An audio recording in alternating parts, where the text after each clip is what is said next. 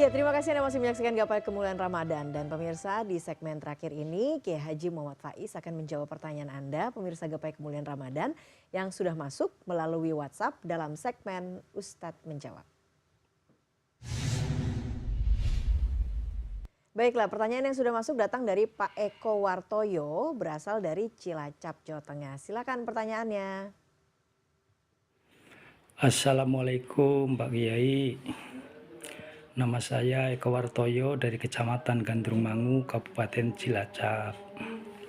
Saya mohon bertanya Pak Kiai, saya ini meminjamkan uang ke teman saya. Saya tidak berharap apapun, tapi teman saya itu berjanji akan memberi padi setiap kali sawahnya panen. Apakah itu termasuk riba Pak Kiai? Mohon penjelasannya.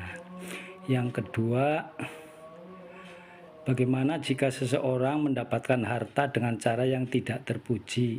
Dengan seiringnya waktu, orang tersebut insaf, bertobat. Apakah harta yang didapat dengan cara yang tidak benar itu menjadi halal atau bagaimana? Dan kalau diwariskan ke anak cucu, gimana itu hartanya Pak Kiai, halal atau haram? Terima kasih Pak Kiai. Mohon maaf atas segala kekurangan. Assalamualaikum warahmatullahi wabarakatuh. Waalaikumsalam warahmatullahi wabarakatuh. Terima kasih. Ini pertanyaan Pak Eko menarik ya, Kiai ya. Ada dua. Pertanyaan pertama soal peminjaman uang lalu kemudian dibayar dengan hasil panen, Kiai. Apakah itu termasuk riba atau tidak tuh, Kiai? Ya, jadi ini menarik ya Mbak Eva ya. Bukan cuma pertanyaannya. Saya pernah ngaji di Kecamatan Gandrungmangu itu di Cilacap itu lumayan jauh ya, jalannya juga penuh tantangan. Saya selesai itu jam 1 malam untuk ngejar kereta api ke Purwokerto itu tertinggal sampai karena memang kondisinya pelosoknya. Tapi saya senang lah. Sabo CNN itu sampai juga ke pelosok desa ya. Dan pertanyaannya luar biasa ini. Yang pertama beliau bertanya begini, beliau meminjamkan uang tidak berharap mendapatkan apa-apa. Kecuali janji temannya setiap panen dia akan memberi. Yang seperti ini tidak boleh. Tidak bolehnya bukan karena sebatas ribanya Mbak Eva. Pertanyaannya kalau kita mau urai ya Pak Waryono ya. Yang pertama Bapak tidak mengharapkan apa-apa. Itu bisa diartikan dua.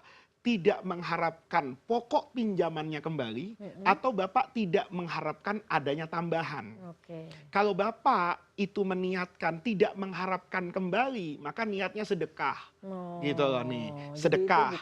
Bukan hutang. Kalau nanti temannya bilang, saya tiap panen mau ngasih, diartikan sebagai janji, ya kebaikan itu masih ada titik temunya. Maka ini keluar dari konsep riba dan gharor. Tetapi kalau Bapak artinya tidak mengharapkan tambahan nih, tapi pokoknya tetap ya kayak orang meminjamkan uang kepada temannya 10 juta. Kata saya cuma berharap 10 jutanya balik. Temannya bilang, tenang 10 juta saya balikin. Nanti setiap panen saya berjanji. Nah kalau ini diperjanjikan, maka hukumnya haram Mbak Eva. Karena ini tambahan padi itu menjadi riba kan. Dari 10 juta nilai konversi padi sekian kali panen, itu kan menambah keuntungan dari yang 10 juta. Ini namanya riba, jatuh hukumnya haram. Nah, kalau diperjanjikan. Kiai, apa bedanya dengan investasi Kiai? Itu tidak bisa kita terjemahkan sebagai investasi. Kalau investasi, akadnya investasi, bukan pinjaman. Berarti ini ringan sama dijinjing, berat sama dipikul. Kalau ada untung dimati bersama, kalau ada kerugian ya dipikul bersama. Kalau ini kan enggak, dia mengharapkan 10 jutanya balik. Kamu mau pakai apa terserah, mau untung, mau buntung, pokoknya 10 jutanya balik. Nah, untuk membuat orang ini mau meminjamkan, kadang dikasih iming-iming kan. Pokoknya 10 juta balikin deh, saya nggak bisa nambahin uang, tapi setiap panen saya kasih Anda hasil padi. Ini kalau diperjanjikan haram. Tidak diperjanjikan halal. Nih, kalau nanti pokoknya balikin 10 juta ya, iya. Tahu-tahu begitu balikin 10 juta, bahkan ngasih uang tambahan. Nggak apa-apa, selama tidak diperjanjikan. Satu. Yang kedua, tapi nggak boleh dijadikan kebiasaan. Nih Mbak Eva, kalau jadi kebiasaan, orang udah paham nih semua. Kalau minjemin uang 10 juta, maka 2 kali panen ngasih padi. Itu sudah Oh, berlaku umum di masyarakat. iya. Maka itu tetap masuknya riba. Karena riba itu tidak boleh diperjanjikan dan tidak boleh dijadikan kebiasaan Kebiasaan. umum. Oke. Di luar itu menjadi baik nih. Jadi kalau kullu qardin jarra naf'an itu haram, setiap hutang yang mendatangkan kemanfaatan, jadi kalau saya minjemin uang 1 juta, dibalikin 1,5 juta, atau saya minjamkan uang 1 juta, dia ngasih motor saya untuk saya pakai, padahal saya biasa nyewa motor, maka ini namanya kullu qardin jarra naf'an.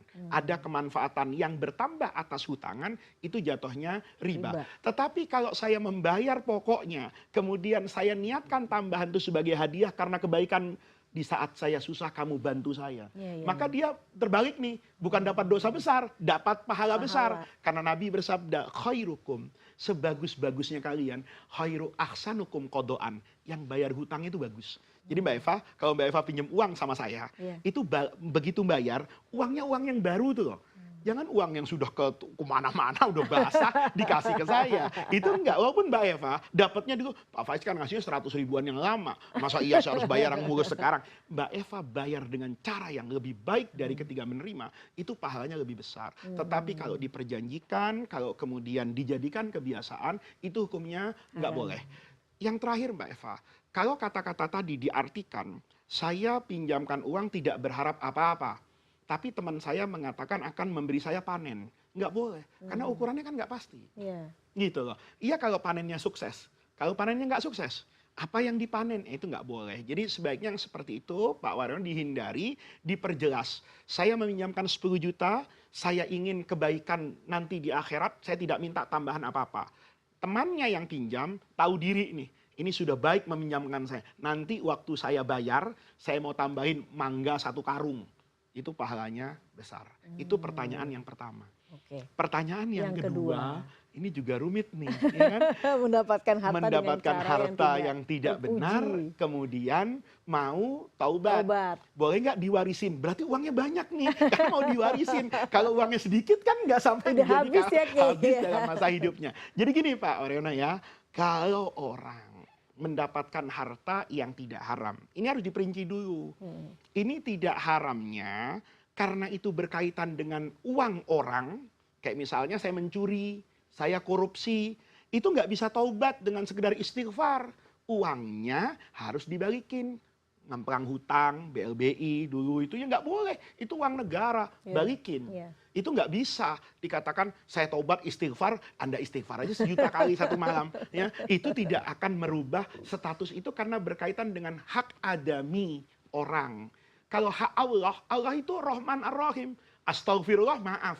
Iya. Kalau duit saya diambil Mbak Eva sujud-sujud nangis, belum tentu saya orang yang pelit banget, ya kan? Nah, ini saya akan tagih. Nah, maka dipisah nih Pak. Kalau itu terkait dengan hak adami orang lain, maka kewajiban Anda untuk mengembalikan uang itu. Anda kembalikan, pahalanya besar sekali. Walaupun misalnya ya ada rasa berat karena banyak, maka keberatan itu akan menambah pahala Anda. Bagaimana kalau cara perolehannya nih Mbak Eva? Yang tidak benar tapi tidak terkait dengan orang lain. Misalnya Ya. menjual miras begitu ya Kiai, salah satunya. Daging yang diharamkan oleh Daging Allah diharamkan. misalnya gitu ya, atau berjudi di negeri antah berantah. Kalau di Indonesia saya takut dianggap saya ingin mendorong orang judi dulu di Jakarta, terus misalnya kejadian kayak gitu. Nah ini dilihat Mbak Eva, zat uangnya kan nggak haram Mbak Eva. Yang haram tuh cara perolehannya. Ini dibedakan nih, sapi Mbak Eva kalau tidak disembelih itu haram. Haramnya bukan dagingnya, karena dia tidak disembelih. Nah, mohon maaf buat kaum muslimin, ada babi ini, kita sembelih, baca bismillah lagi. Bismillahirrahmanirrahim, dia tetap haram karena haram zatnya. Iya. Nah, uang itu tidak haram zatnya, tapi cara perolehannya. Maka ulama ada yang pakai mazhab 2 nih Mbak Eva. Ada yang ketat ya nggak bisa, haram-haram balikin. Ya, saya rasa nggak jadi tobat kalau saya kasih fatwa kayak gitu. Tapi saya ikut guru saya dulu. Kata guru saya, kalau orang ini mau bertobat kepada Allah, dia akan menjadi halal tapi dengan syarat tidak pernah kembali ke masa lalunya. Saya tanya dengan guru saya, itu namanya tafriqul halal anil haram katanya. Kok bisa begitu guru? Guru saya kasih dalil. Dulu sahabat-sahabat Nabi masuk Islam, itu kan duitnya campur-campur. Memang duitnya Sayyidina Abu Bakar semuanya dari cara yang benar. Ya. Ketika belum masuk Islam, mungkin ada yang haram. Mungkin Sayyidina Umar ada yang haram. Begitu masuk Islam, bertaubat, kan Rasulullah bilang, mana yang punya orang, makanya Rasulullah itu memusuhi riba dulu di Mekah. Karena itu terkait dengan eksploitasi orang kan. Ya. Balikin. Tapi mana yang tidak terkait dengan orang, itu dibiarkan oleh Rasulullah. Ayo, taubatmu itu bukan berarti mensucikan. Tapi ayo kita bangun lembaran sejarah baru. Nah, pesan saya, kalau dia benar-benar tobat, jangan ulangi pekerjaan di masa lalunya. Kemudian, karena Anda mengatakan boleh diwariskan, lebih baik disedekahkan juga. Ya. Berharap Allah memberikan keberkahan dan kebaikan. Hiduplah dengan kepantasan modal. Jadi mohon maaf nih, ada orang menang judi online Mbak Eva. Ya. Ya. Menangnya nggak tanggung-tanggung 10 miliar gitu. 10 miliar jadi halal Pak Faiz. Nggak juga kata saya. Mulailah hidup yang wajar. Ya. Ya, kamu taubat betul. Oke, pakai untuk berdagang yang halal. Tapi di luar kepantasan itu sedekahkan sebagai kafarat. Mudah-mudahan ini menjadi pengurang dari beban masa lalumu. Tapi tidak boleh disedekahkan untuk membangun masjid ya, Kiai, Iya, yang jelas dan menulis ya. mushaf. Dan- Karena itu tidak menghormati yang berkaitan langsung dengan Allah. Oke. Dulu guru saya itu bilang, pakai untuk kemaslahatan umum.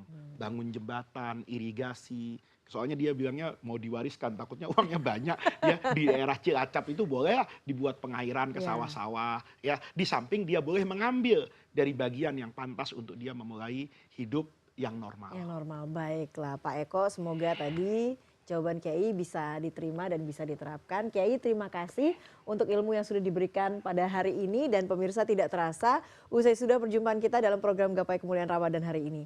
Semoga kajian hari ini membawa manfaat, kebaikan, dan Allah Azza wa Jalla senantiasa mudahkan kita untuk menuntut ilmu agama. Amin ya robbal alamin.